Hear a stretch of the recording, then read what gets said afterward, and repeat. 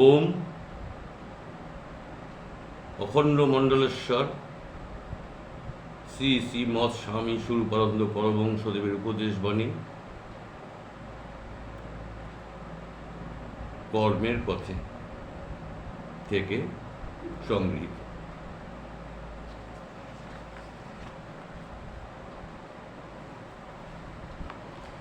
মনুষ্যত্বই মানুষের শ্রেষ্ঠ গৌরব। সংঘ বলো, দল বলো আর সম্প্রদায় বলো, সবই এই মনুষ্যত্ব বিকাশের জন্য পরিকল্পিত। যখন দল গড়িলে মনুষ্যত্ব খর্ব হয়, তখন দল পরিত্যাগ করাই শ্রেয়। আর যখন দল না গড়িলে মনুষ্যত্ব বিকাশের বাধা হয়, তখন দল গঠনই শ্রেয়। বল বৃদ্ধি প্রধান কথা। দল গঠনে যদি বল বাড়ে তবে দল প্রশস্ত, দল গঠনে যদি বল হ্রাস পায় তবে দল অগ্রাহ্য। তোমাকে আগে মানুষ হইয়া লইতে হইবে। আত্মগঠনের চেষ্টাকে অপর সর্ববিধ চেষ্টার পুরোভাগে স্থান দিতে হইবে এবং যাহা তোমার আত্মগঠনের অনুকূল তাহাকে সাদরে গ্রহণ করিয়া, যাহা কিছু প্রতিকূল তাহাকে নির্মমভাবে বর্জন করিতে হইবে।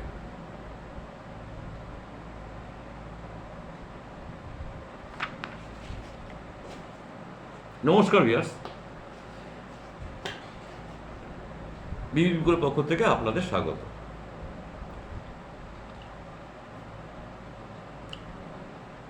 আমার গুরুদেবের একটি বাণী আমি পাঠ করলাম ভিউয়ার্স। কতখানি গভীরতা কথার, আমি তো অবাক হয়ে যাই। আসলে আমরা নিজেকে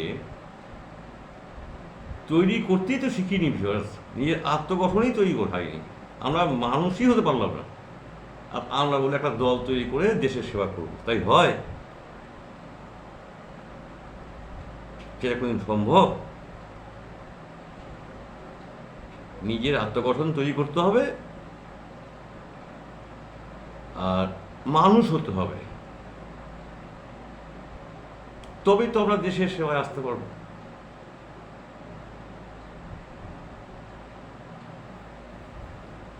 যাই হোক ভিউয়ার্স, আজকে কিন্তু আমাদের অনেক ক্ষেত্রে পরাজয় স্বীকার করতে হচ্ছে। কেন জানেন তো? এই নেতার অভাবে বিভিন্ন রকমভাবে আমাদের অনেক কিছু ক্ষতি মেনে নিতে হচ্ছে। তবে আমার দৃঢ় বিশ্বাস ভিউয়ার্স, ভারত আবার জগৎ সভায় শ্রেষ্ঠ আসন লবে, এটা আমার দৃঢ় বিশ্বাস। যাই হোক, আজ এই পর্যন্ত রইল। আমার গুরুদেবের চরণে শতকোটি প্রণাম জানাই। আপনাদের জন্য আমার বুক ভরা ভালোবাসা রইল। সবাই ভালো থাকবেন, প্রভাতী শুভেচ্ছা রইল। আগামীকাল আবার দেখা হবে। আজকের মতো গুড বাই।